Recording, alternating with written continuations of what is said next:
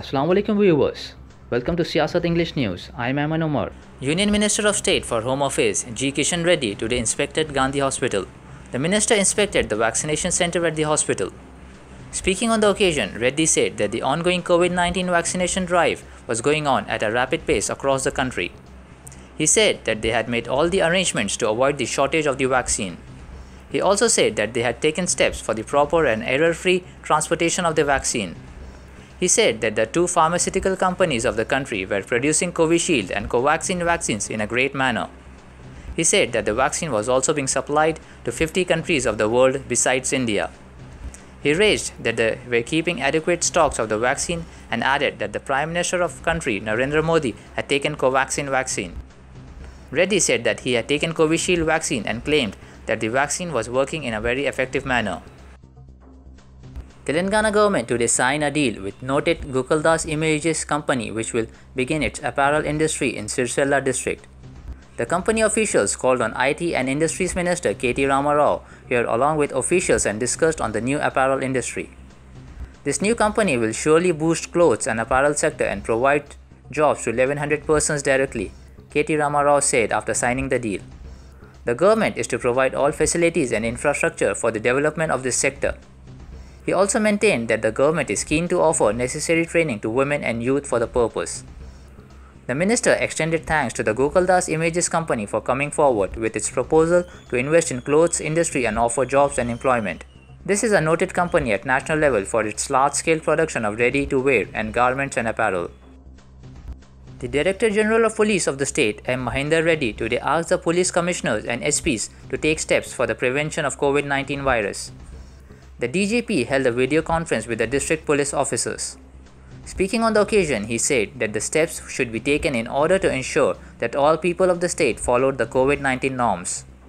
Stating that the second wave of the virus is spreading rapidly, he said that the police should hold awareness programs for the people.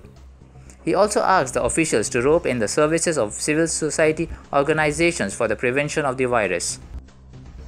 Veteran Congress leader V Hanumantha Rao today said that Y.S. Sharmila was just the daughter of the former Chief Minister of Andhra Pradesh state YSR and added that she did not have any other importance other than the status of the daughter of YSR. Speaking to media persons, he raised the issue of the public meeting of Y. Sharmila at Khammam and asked the DGP of the state, M. Mahinder Reddy, as to how the permission was granted to her when COVID-19 cases are growing at a fast pace in the state. He also asked the DGP as to how the permission for Sharmila's roadshow was given.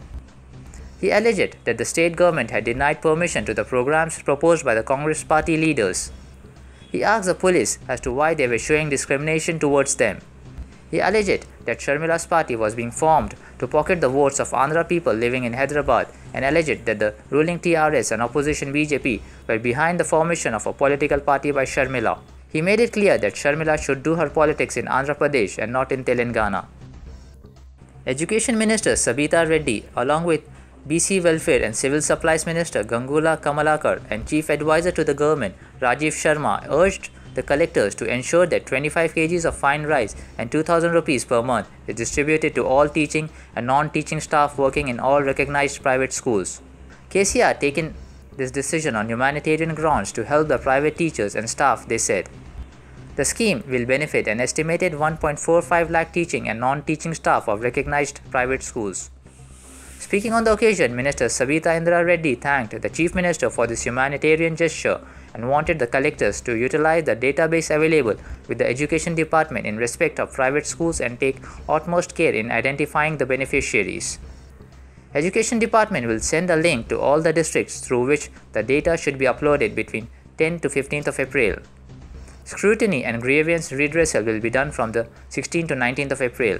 Amount will be deposited directly into the beneficiary's bank account from 20th to 24th of April. Similarly, rice will also be distributed to the beneficiaries through fair price shops during these days, the minister said, and added that this scheme will continue till the schools reopen. The officials of Legal Metrology Department of the city today inspected Gaddi Anaram and Kotapet fruit markets following complaints from several farmers about the irregularities committed by the traders at the market. They found that 2 weighing machines from the market had defects. They also found that the electronic weighing machines used by the other shops also had general defects. The officials said that some of the traders were importing chemicals from China and using them for the ripening of the fruits. They said that they booked a total of 18 cases during their inspections. The officials also created awareness among the traders about the process to keep the fruit stocks. Telangana Health Director Dr. Srinivas Rao today said that corona testing and vaccination has been increased in the state. He said that 15 districts will take up testing afresh for RT-PCR tests. The officials are providing jabs at about 1100 centers to people, he said, adding that the government also took measures to increase testing by adding 1 lakh more tests a day. He further said that out of 10,000 beds in the government hospitals, 80% are unfilled. He stated that testing, tracing and treatment will be priority now in the state as rapid teams will be allowed to check the virus spread. The director appealed to the people to follow the COVID-19 protocols and avoid virus spread by abstaining from attending meetings, social gatherings and group programs. The official said that the Gandhi Hospital will be used for the cases again by improving more number of beds. Maharashtra Health Minister Rajesh Tope has said that a complete lockdown of 2 to 3 weeks is required in the state to improve the health infrastructure in view of the surge in COVID-19 cases, and added that such a step could be taken if the government is unable to cope with the situation. He expressed hope that with the curbs in place at present, the government would be able to tame the surge. Tope also admitted that Chalta hai attitude had crept in after the government flattened the infection curve. We would need a complete lockdown for 15 days to 3 weeks, even though I am not in favor of that immediately. If hospitals are overwhelmed, if there is a shortage of medicines and if the government is unable to cope with the growing number of patients, then such a step can be taken, he told NDTV. Lockdown is required to ramp up the health infrastructure, he said. Delhi Chief Minister Arvind Kejriwal tweeted on Friday evening that all Delhi schools, both government and private, would be closed for classes till further notice due to rising COVID-19 cases. Various states have been announcing a shutdown of physical classes over the recent spike in COVID-19 cases across the country. The capital recorded the highest one-day COVID-19 spike on Thursday with over 7,500 new cases. For 2 days straight, Delhi reported over 5,000 new COVID-19 cases. Currently, the case count in the national capital stands at 6,98,005. On Tuesday, Delhi imposed a 10 p.m. to 5 a.m. night curfew till 30th of April to tackle the steep rise in coronavirus cases. Buckingham Palace officials say Prince Philip, the husband of Queen Elizabeth II, has died. He was 99. Philip spent a month in hospital earlier this year before being released on 16th of March to return to Windsor Castle. Philip, also known as the Duke of Edinburgh, married Elizabeth in 1947 and was the longest-serving consort in British history. He retired from public engagements in 2017 after carrying out more than 20,000 of them. Philip was a member of the Greek royal family and was born on the Greek island of Corfu in 1921. He was an avid sportsman who loved country pursuits. He had 4 children, 8 grandchildren, and 9 great-grandchildren. Ahead of Ramadan, the United Arab Emirates on Thursday announced working hours for government employees during the holy month. The country's Federal Authority for Government Human Resources said that the official working hours for the public sector will be from 9 in the morning to 2 in the afternoon, except for those whose work nature requires otherwise. The holy month is expected to begin on April 12th, but the final date will be confirmed by the UAE Moon Sighting Committee. However, government agencies are not governed by labor law and normally run 7 hours a day. These hours are reduced by 2 hours a day during the holy month. However, revised timings for the private sector during Ramadan remain to be announced. According to Times of India report, the shoot schedules of the most awaited films Shah Rukh Khan starrer Pathan and Ranbir Kapoor Alia Bhatt starrer Brahmastra have been put to halt.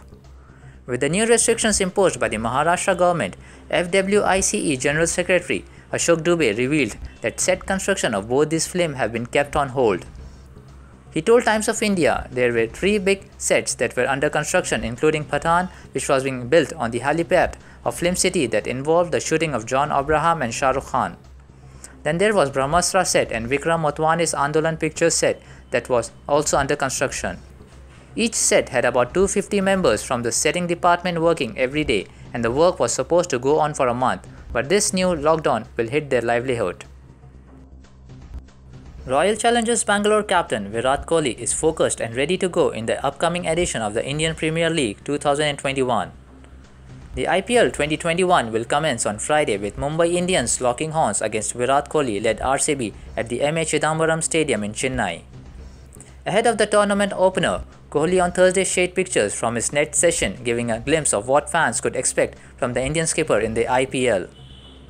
Earlier in the day, Kohli pointed out at the need to have breaks between tours as it is difficult to keep players motivated for a longer period of time in bio bubble amid the coronavirus pandemic. The RCB skipper feels players are more match ready this year for the IPL as they have got used to the life of bio bubble, plus the cricketers have a considerable amount of game time which they were devoid of prior to IPL 2020. That's it for today, viewers. Thank you.